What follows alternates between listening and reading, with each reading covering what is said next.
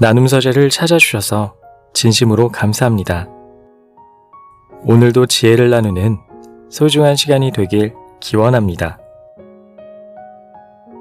인생을 살아가는 데 있어서 신뢰는 큰 무기입니다. 변함없는 태도로 쌓아 올린 믿음은 어떤 일을 할 때 자신을 지지해주는 조력자를 만나는 밑거름이 됩니다. 신뢰를 쌓기 위해선 눈앞의 이익을 쫓지 말고 멀리 봐야 합니다. 지금은 손해를 보는 듯해도 올바른 기준을 세우기 위해 노력해야 합니다. 오늘은 이와 관련된 생각 나눔과 함께 책 50에 읽는 맹자에 실려있는 이야기를 들려드리겠습니다.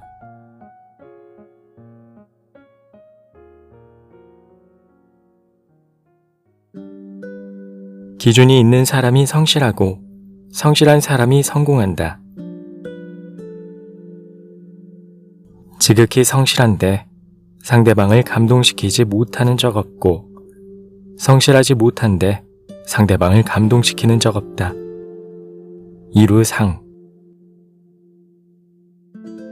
드라마 미생의 미생은 아직 살아있지 않는 상태로 바둑에서 살 수도 있고 죽을 수도 있는 상황을 말합니다. 이 미생이 고대의 역사서 사마천의 사기에도 등장합니다.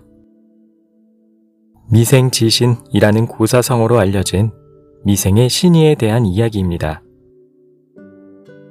춘추시대 노나라 사람 미생은 사랑하는 여인과 다리 아래에서 만나기로 약속했습니다. 그는 고대하던 시간에 맞추어 다리 밑에서 연인을 기다렸으나 그녀는 무슨 이유 때문인지 나타나지 않았습니다. 그때 갑자기 소나기가 내려서 물이 불어났습니다. 사람들이 대피하라고 했지만 그는 듣지 않고 다리 기둥을 붙들고 있다가 익사하고 말았습니다. 후대 사람들은 미생의 고지식함과 미련함을 비웃었습니다. 미생의 주인공 장글에는 바둑의 소질과 흥미를 보여서 어릴 적부터 바둑에 몰입했습니다. 하지만 끝내 입단하지 못하고 바둑을 그만두어야 했습니다. 후원자 덕분에 취직을 했지만 낙하산을 타고 들어온 데다가 업무 능력이 떨어지는 그를 다들 괄시했습니다. 예전에는 이렇게 고지식한 미생 그리고 요령이 없는 장글에에 공감이 가지 않았지만 사회생활을 오래 하고 나이가 들수록 이들이 추구한 믿음의 가치가 결코 작지 않음을 이해하게 되었습니다.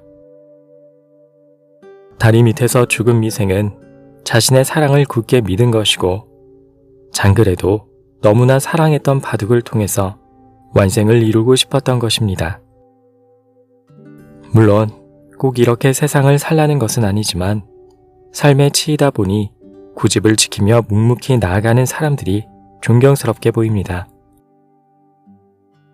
나의 목표를 위해서 다른 사람을 이용하고 이득을 챙기는 사람이 많은 세상에서 이렇게 자신과의 약속, 신뢰를 지키는 사람은 귀인과 다름없습니다. 그렇기 때문에 신을 지키는 사람은 사람들이 존경하고 관계도 오랫동안 유지합니다.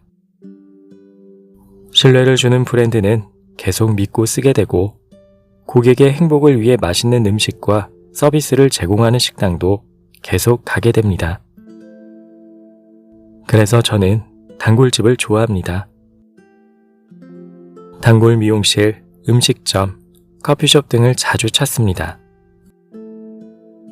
반면 초반에는 좋은 제품과 서비스를 제공하다가 점차 초심을 잃는 경우를 지켜보면 안타까운 마음이 듭니다. 사람도 마찬가지입니다. 믿을 만한 사람들은 나이와 상관없이 오랜 관계를 유지하지만 그렇지 않은 사람들은 연락을 끊게 됩니다. 그만큼 믿음은 우리 인생의 중요한 가치입니다. 맹자가 말하는 사람도 하늘도 감동하는 사람. 신하의 자리에서 임금에게 신뢰를 얻지 못한다면 백성을 다스릴 수 없을 것이다. 맹자는 신뢰에 대해서 이렇게 이야기했습니다. 그렇다면 임금에게서 어떻게 신뢰를 얻을 수 있을까요? 맹자는 우선 친구에게 신임을 받아야 한다고 했습니다. 이어서 친구에게서 신뢰를 얻으려면 부모를 섬겨 기쁘게 해드려야 하고, 마지막으로 부모를 기쁘게 하기 위해서는 우선 자신을 돌이켜보고 성실해야 한다고 했습니다. 성실을 위한 방법은 선에 대한 도리를 알아야 한다고 마무리를 지었습니다. 이 꼬리에 꼬리를 무는 이야기는 궁극적으로 내가 선의 가치와 도리를 알고 이를 성실하게 실천할 때 비로소 윗사람과 아랫사람의 신뢰를 얻을 수 있다는 내용입니다. 만약 내가 집에서 효도를 하고 싶고 사회에서 인정과 신뢰를 받고 싶다면 우선 선의 기준을 정하고 이 가치를 실행하기 위해서 성실하게 노력하면 됩니다. 성실은 공자의 손자 자사가 쓴 중용에서 성인이 되기 위한 요건으로 가장 많이 강조한 것이기도 합니다. 중용에서 성실에 대해 이렇게 말했습니다. 성실함은 하늘의 도이고 그것을 성실히 하는 것은 사람의 도다. 성실한 사람이 되기 위해서는 널리 배우고 자세하게 묻고 신중하게 생각하고 명백하게 가리고 독실하게 행해야 한다고 했습니다. 맹자는 신뢰에 대해 이렇게 마무리 짓습니다. 지극히 성실한데 상대방을 감동시키지 못하는 적은 없고 성실하지 못한데 상대방을 감동하게 한 적도 없다.